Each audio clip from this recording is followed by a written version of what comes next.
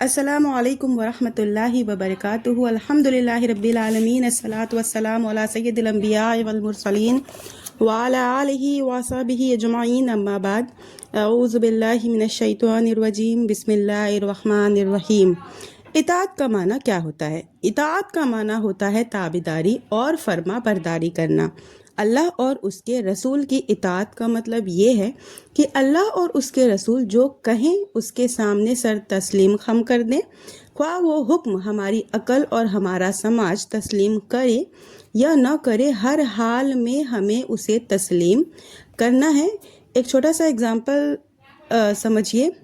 حکم ہے کہ حائضہ عورت حالت حیض میں چھوٹے ہوئے روزوں کے بعد میں قضا کرے گی، لیکن چھوٹی ہوئی نمازوں کی کوئی قضا نہیں کرے گی۔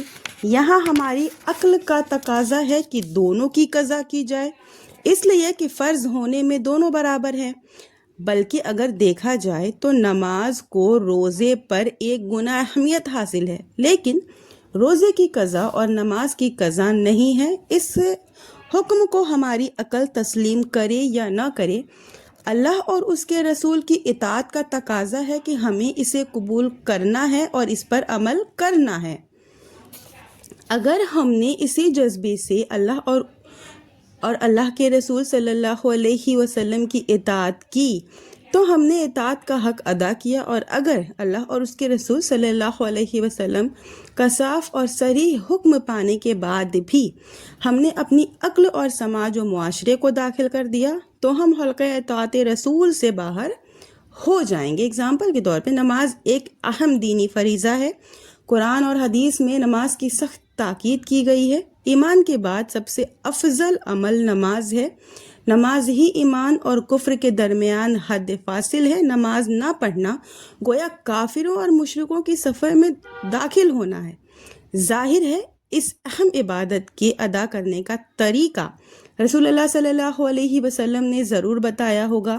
تکبیر تحریمہ کیسے کہی جائے، رکوع اور سجدہ کیسے کیا جائے، تسبیحات کتنی بار پڑھی جائے، قیام کا طریقہ کیا ہے، تشہد کا طریقہ کیا ہے، ہر رکعت میں رکوع کتنا اور سجدہ کتنا ہو، قرات سری کب ہو، جہری کب ہوگی، تعدیل ارکان فرض ہے یا نہیں، سلام کیسے پھیرا جائے گا۔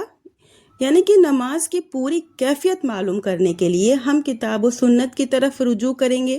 صلاۃ کا شرعی معنی متعین کرنے کے لیے ہم رسول اللہ صلی اللہ علیہ وسلم کے قول اور فعل کی تطبیق کریں گے، نہ کہ رکوع، سجدہ، قیام اور تشہد کا معنی متعین کرنے کے لیے لغت کی کتاب صحاح اور لسان العرب کے عوارق الٹیں گے۔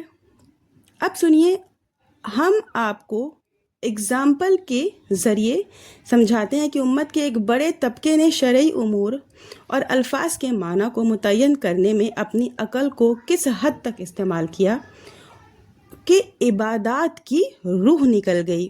لیکن یہ چیز میں آپ کے ساتھ شیئر کروں گی اپنی دوسری ویڈیو میں، کیونکہ یہ ویڈیو بہت لمبی ہو جائے گی، تو اس لیے آج کی ویڈیو جو ہے میں اپنی یہیں پر ختم کرتی ہوں۔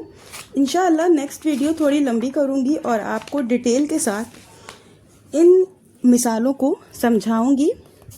آخر میں اللہ سے دعا ہے کہ یا اللہ تعالی ہم تمام مومن مسلمانوں کو زیادہ سے زیادہ کتاب و سنت پر چلنے، کتاب و سنت کو سمجھنے کی اور کتاب و سنت پر عمل کرنے کی توفیق عطا فرمائے، آمین یا رب العالمین۔ وآخر دعوانا ان الحمد للہ رب العالمین۔